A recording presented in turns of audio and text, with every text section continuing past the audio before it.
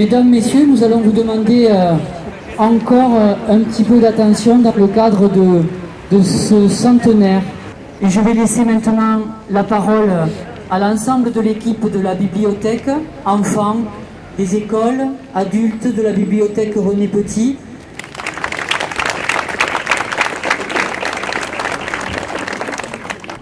Le premier obus éclatait à 6 pas de moi. J'ai été soulevé, projeté à 5 mètres, tout le corps anéanti, couvert de sang. Je me suis levé, abruti, incapable d'articuler un son, et j'ai marché.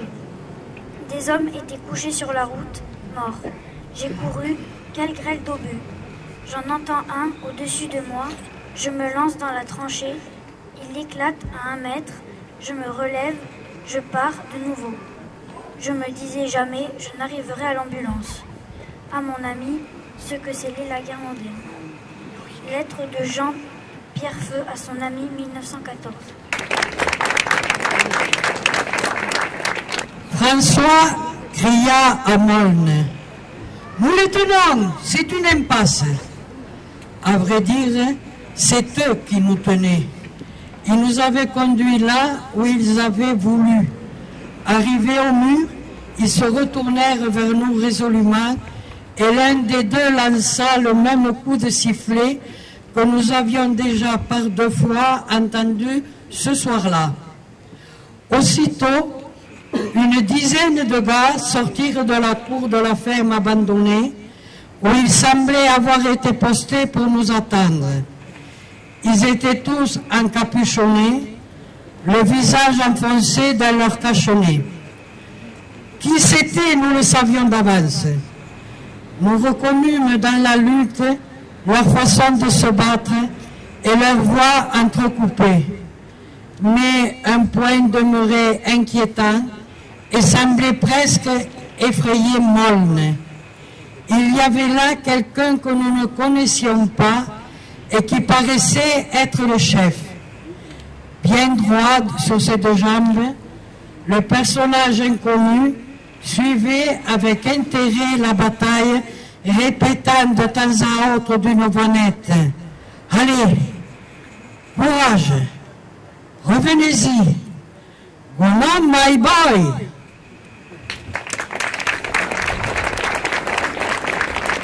Tu ne saurais croire l'héroïsme de 2 soldats. Hier devait avoir lieu l'attaque d'une tranchée allemande. Au signal, les lieutenants s'élancent en criant « En avant, à l'assaut, pour la France !» Et l'un d'eux entonne la Marseillaise. Derrière eux, toute la section. Quel élan, quel enthousiasme pour ces hommes qui savent pourtant qu'ils n'ont aucune chance. Les lieutenants meurent, frappés à la tête. Les soldats tombent à leur tour. Impossible d'avancer. Les vivants se couchent et tentent d'amonceler de la terre devant leur tête pour se protéger des balles. Le commandant leur fait dire de se replier. Hélas, on ne peut ni avancer ni reculer. Il faut attendre la nuit. Au soir, un blessé me dit ce qu'il faut souffrir pour la France. Lettre du docteur Martin Laval à sa sœur en 1915. Un texte d'Adrien Bertrand. Son roman L'appel du sol, écrit en 1914, raconte l'histoire d'un officier qui périt sur la ligne de bataille au début de la guerre. Le bataillon était engagé sur un plateau. On avançait lentement. La veille, l'étape avait été très longue. Les hommes sentaient encore, après 3 heures de repos, une 40aine de kilomètres dans les jambes et dans les reins, 2 journées et 2 nuits de voyage. En colonne, par compagnie et par section, l'un derrière l'autre, les chasseurs se suivaient. Ils marchaient la tête basse, sans un mot, remontant parfois le sac sur les épaules de leurs gestes mécaniques. Leurs bérets émergeaient des seigles hauts et de l'avoine. C'était la guerre. On marchait droit devant soi, sans rien épargner. Première dévastation, celle des cultures. Et ces paysans, respectueux hier des moissons ingrates, saisis déjà par cette ivresse de meurtre, prenaient plaisir au saccage des champs. Ils assouvissaient leur rancune pour les durs labours des hivers passés, pour les gerbes moisies par la pluie, pour toutes les infidélités de la terre. Quelques-uns, qui étaient réservistes, songeaient, en abattant avec le canon du fusil les céréales lorraines, au blé qu'ils venaient d'abandonner, à la veille du fauchage, dans leur haute vallée des Alpes et sur leur traversier des Cévennes. Mon général, je me permets de passer dans l'infanterie. Je considère que ma place est là où les risques sont les plus nombreux. Je fais partie d'une famille israélite naturalisée française. Je veux, après la guerre, si je reste en vie, avoir la satisfaction d'avoir fait le maximum de mon devoir. Je veux que personne ne puisse me contester le titre de français, de vrai et de bon français. Je veux, si je meurs, que ma famille puisse être fière de moi et que personne ne puisse lui reprocher ses origines étrangères. De toute mon âme et de tout mon cœur, je suis décidé à servir la France le plus vaillamment possible. Lettre du soldat Henri Lange à son général 1917.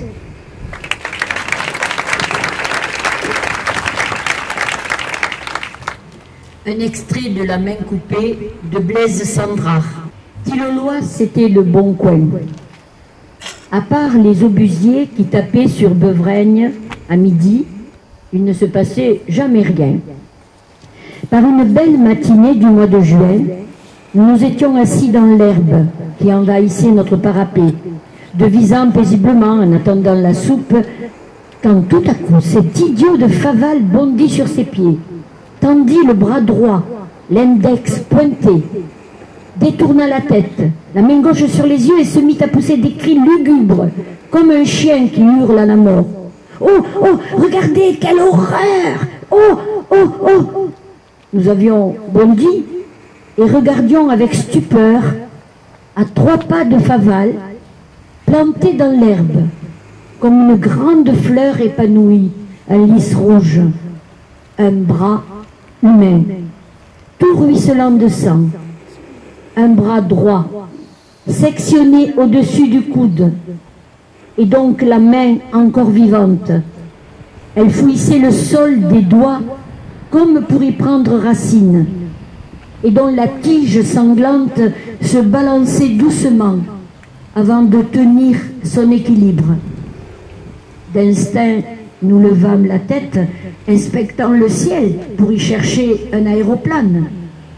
Nous ne comprenions pas. Le ciel était vide. Mais d'où venait cette main coupée?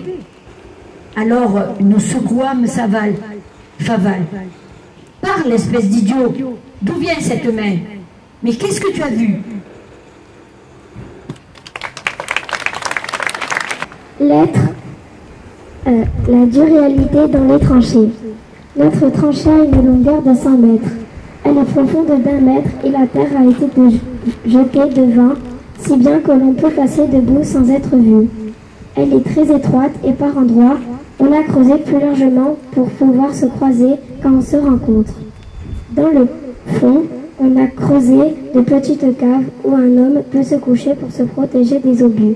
Lettre d'Adolphe Weigel, 1915. Je viens de déjeuner, mais qu'est-ce qu'une demi-boule de pain pour une journée? J'en ai mangé la moitié et j'ai encore plus faim. Rien que le matin, il nous faudrait la boule entière. Le froid aiguise terriblement l'appétit et, ne pouvant le satisfaire, on est obligé de se recoucher. Lettre d'Étienne Tanti, 1914.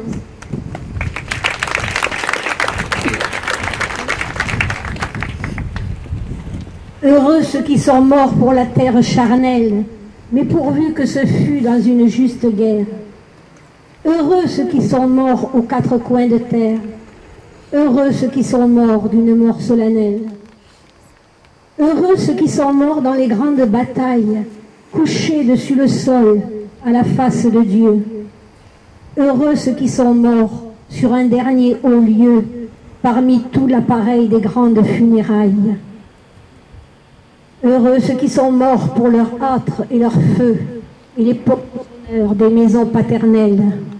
Heureux ceux qui sont morts dans cet embrassement, dans l'étreinte d'honneur et de terrestres aveux.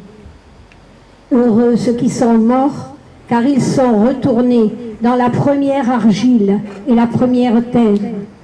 Heureux ceux qui sont morts dans une juste guerre.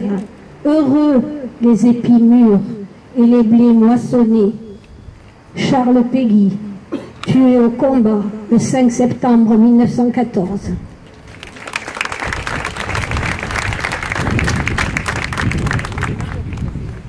Sur mes cahiers d'écolier, sur mon pupitre et les arbres, sur le sable, sur la neige, j'écris ton nom. Toutes les pages lues, toutes les pages blanches, pierre sang, papier ou cendre, j'écris ton nom. Sur les images dorées, sur les armes des guerriers, sur la couronne des rois, j'écris ton nom. Sur la jungle et le désert, sur les nids, sur les genêts, sur l'écho de mon enfance, j'écris ton nom. Sur les merveilles des nuits, sur les pins blancs des journées, sur les saisons fiancées, j'écris ton nom. Sur tous mes chiffons d'azur, sur l'étang soleil moisi, sur le lac lune vivante, j'écris ton nom. Sur les champs sur l'horizon, sur les ailes des oiseaux et sur le moulin des ombres, j'écris ton nom.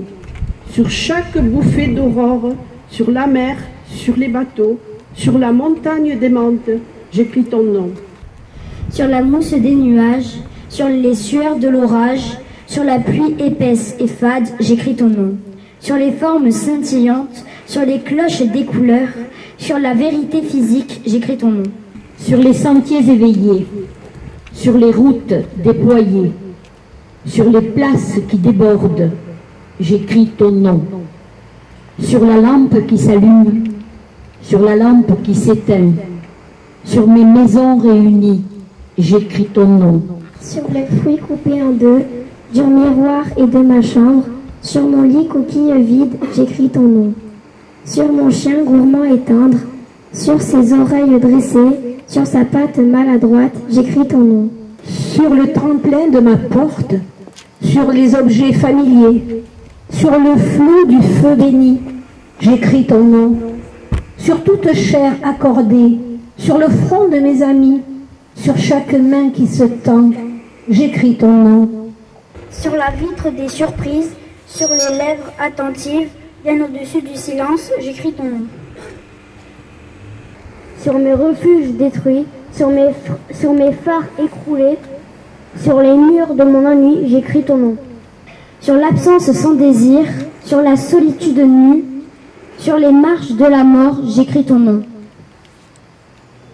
Sur la santé revenue, sur le risque disparu, sur l'espoir sans souvenir, j'écris ton nom. Et par le pouvoir d'un mot, je recommence ma vie. Je suis né pour te connaître, pour te nommer. Liberté!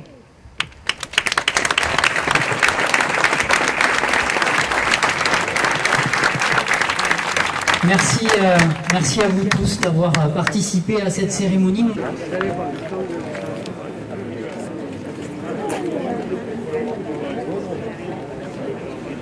Merci à tous et bravo, vous avez tous bien eu. Allez, bon, quand même. Sur le diaporama, on est très regardés comme vous êtes.